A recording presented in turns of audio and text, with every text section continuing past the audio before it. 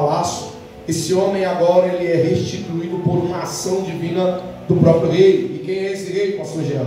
Esse rei é ninguém mais e ninguém menos do que Davi, o homem segundo o coração de Deus. Mas para que nós possamos compreender isso aqui, nós precisamos entender aonde esta restituição nasceu. Essa restituição não nasceu no dia em que Davi descobriu que Mefibosete, aleluia, ainda estava vivo. Essa restituição não começou no dia em que o servo Ziba se apresentou para Davi, apontando a localização de Mefibosete. Essa restituição começou a partir do dia que Deus olhou para Davi e escolheu ele segundo o seu coração. A história de Davi todo mundo conhece. Deus atenta seu coração para Davi, porque de fato, todas as vezes que Deus vai escolher um homem para o seu propósito, a primeira coisa que Deus vai observar não é a maneira como ele se veste, não é a maneira como ele se fala, não é o seu poder aquisitivo onde ele vive, e nem tampouco a sua sabedoria que ele obteve. Mas a primeira coisa que Deus vai observar quando ele vai escolher alguém é principalmente o seu coração, porque o coração do homem revela o seu verdadeiro caráter, o coração do homem revela as suas verdadeiras intenções. Depois de rejeitar Saul por desobedecer a Deus, Deus vai encontrar em Davi um coração justo, um coração verdadeiro, um coração fiel, um coração voltado diretamente para a vontade de Deus. E escolhendo Davi um certo dia, Deus vai direcionar para Samuel uma ordem para que ele pudesse ir até a casa de Jessé, aonde Davi residia juntamente com seus irmãos. E dentro dessa casa, a ordem seria que Samuel ungisse o novo rei que Deus haveria de ter escolhido. Neste momento, Samuel desce à casa de Jessé, e ao chegar lá, todos os seus irmãos estão preparados para a visita do profeta, porque de fato não era uma visita qualquer, era uma visita muito importante, era uma visita da alta. Então todos aqueles que eram capacitados, todos aqueles que possuíam uma patente, entre aspas, eles precisariam estar naquela casa para representar aquela família.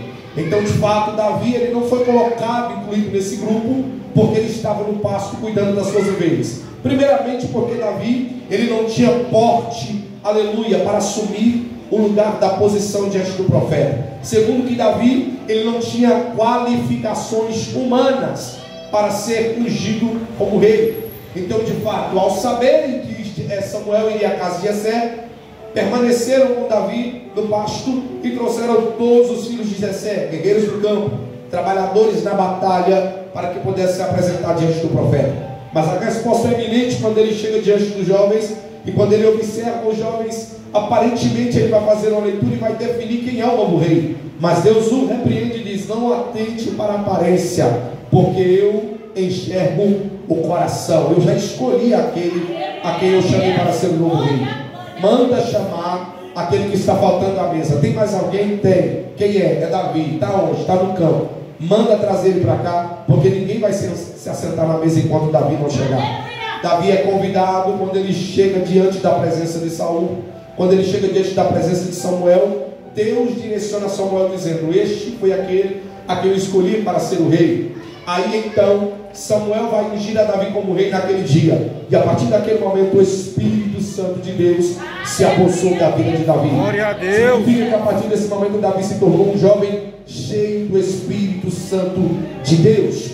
Entenda isso aqui: toda pessoa que precisa ter o sucesso em sua vida em todas as áreas precisa compreender que se não tiver o Espírito Santo de Deus sobre as suas vidas, aleluia, de nada vai adiantar, aleluia, todos os seus esforços. Mas quando nós temos o Espírito Santo de Deus em nossas vidas, todas as coisas cooperam ao nosso favor.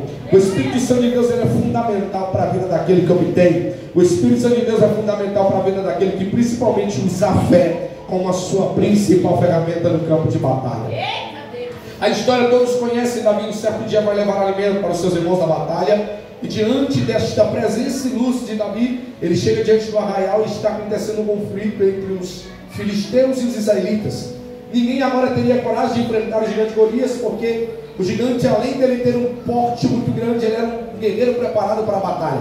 Mas Davi, com a autoridade do Espírito Santo de Deus, se dispõe a lutar contra o gigante. A história todos já conhecem. Ele luta contra Golias, derruba Golias, vence a batalha, e a partir daquele momento Davi ele ganha uma imagem, ou seja, um rosto, uma cara. E o que eu acho mais interessante é que neste momento, Davi vai conhecer o filho do rei rejeitado Saul.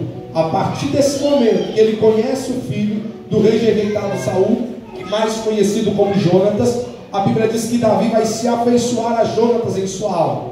A amizade ela começa ali, uma aliança ela se inicia ali, aleluia. Toda uma construção de uma linda amizade começa ali. Então, diante desta amizade, um voto foi feito, uma promessa foi feita, uma aliança foi feita. Um certo dia, Jonatas vai olhar para Davi e vai olhar para Davi reconhecendo e sabendo muito bem aquilo que Deus haveria de fazer sobre a vida dele. Coisa boa é você ter pessoas que enxergam o propósito de Deus na sua vida antes mesmo desse propósito acontecer. Olha para cá, Davi compreendia, aleluia, que Deus haveria de ter escolhido, mas agora Jonatas vai confirmar, aleluia, o que Davi haveria de receber da parte do Senhor. Porque de fato, vamos raciocinar um pouco. Saul ele era o rei, Jonatas ele era o seu sucessor. Então na ordem depois da morte de Saul, quem deveria assumir o trono era justamente Jonatas. Só que a amizade de Jonatas era tão grande para com Davi que ele não se preocupava com o trono, ele não se preocupava com o status, ele se preocupava com a obra que Deus haveria de fazer sobre a vida de Davi. E certamente toda pessoa